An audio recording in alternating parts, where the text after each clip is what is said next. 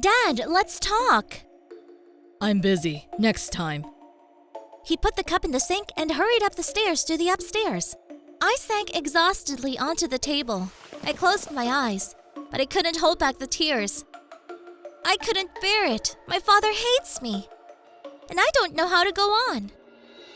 It wasn't always like this. We were a happy family who had barbecues on the weekends. My mom's infectious laughter, my dad's sparkling jokes were now a pain in the soul. Everything had shattered into tiny shards in an instant, and now they can't be glued back together. I'm sorry my story has such a sad beginning. My name is Anna. I'm 16, and this is my story. That night we were going to my dad's boss's birthday party. We'd been family friends for a long time and often spent time together. It was going to be a big party. Mom spent half a day doing makeup, trying on dresses. She paraded in one and another, waiting for Dad's approval. But for some reason, Dad was nervous. He grumbled all day, which wasn't like him at all. Mom whispered that maybe the boss, Mr. Stone, was going to announce Dad's promotion, and that's why he was nervous. I hadn't paid attention to it then, but now, that detail was surprising. Mr. Stone greeted us warmly, and Mrs. Stone gave me and my mom a big hug.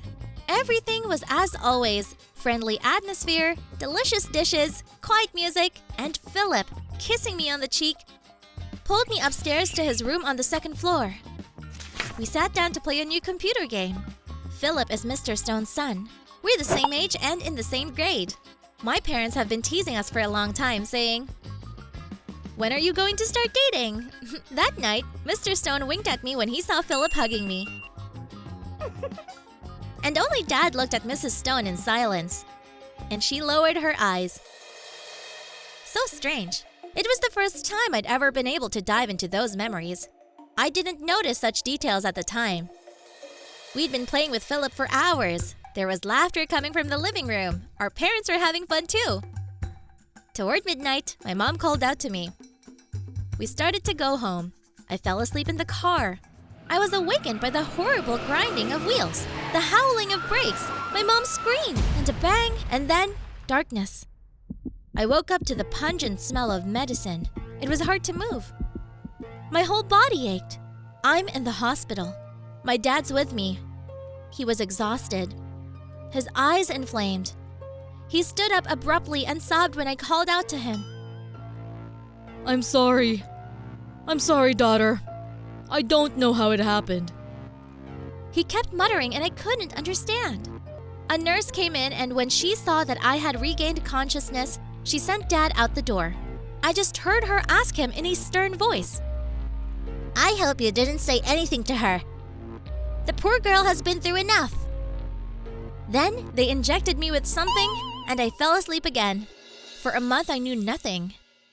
And that, looking back, was probably my last happy month. I woke up, I was fed, I was bandaged, I was examined. I started to slowly get back up. Then I slowly walked around the room. Everything was slowly healing. My dad visited me every day. We chatted, little by little, then I'd be sedated again. And I'd drift off to sleep. I felt better. Physically, but the anxiety was growing. I could see my father's sunken eyes when he came in. Dad was afraid to look at me, and I was afraid to ask. It all came to light at discharge. A nurse wheeled me in my wheelchair to the exit and whispered in my ear, "Sweetheart, be strong. I'm sorry you're without your mommy." I wasn't ready to hear that. The truth, spoken out loud, destroyed me. But seeing my father in pain, I suffered in silence. Things were different at home. It was quiet, sad, and empty. Dad hid all of Mom's things. He was at work all day long. In the morning, I made breakfast for him and myself, but I never heard a thank you in return. I didn't resent him.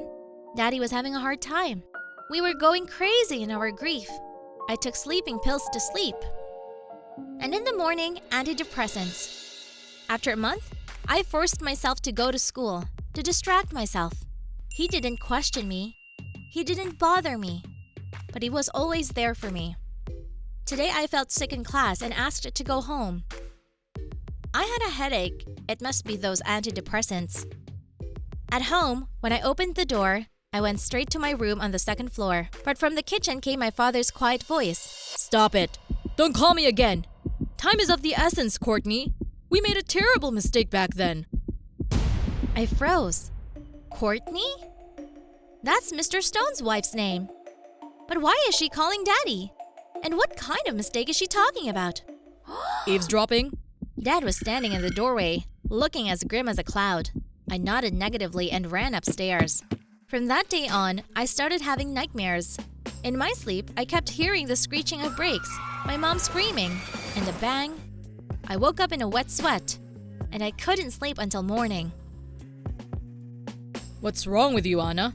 You haven't looked like yourself lately. Circles under your eyes.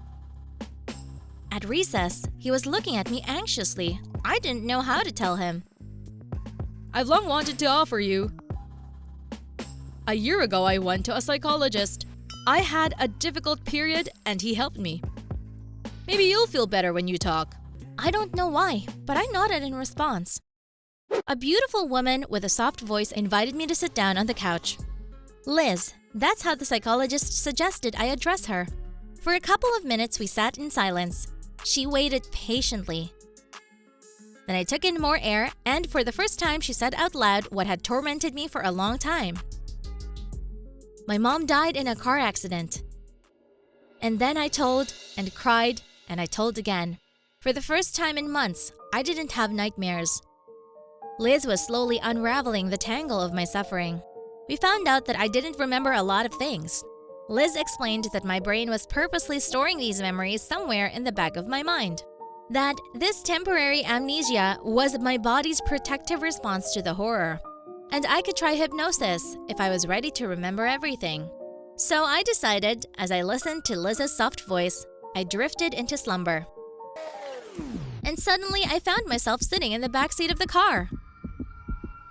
Mom and Dad up front. Night, streetlights. We're on our way home from hanging out at Mr. Stone's. I thought I fell asleep in the car, but actually, it was a good night, wasn't it?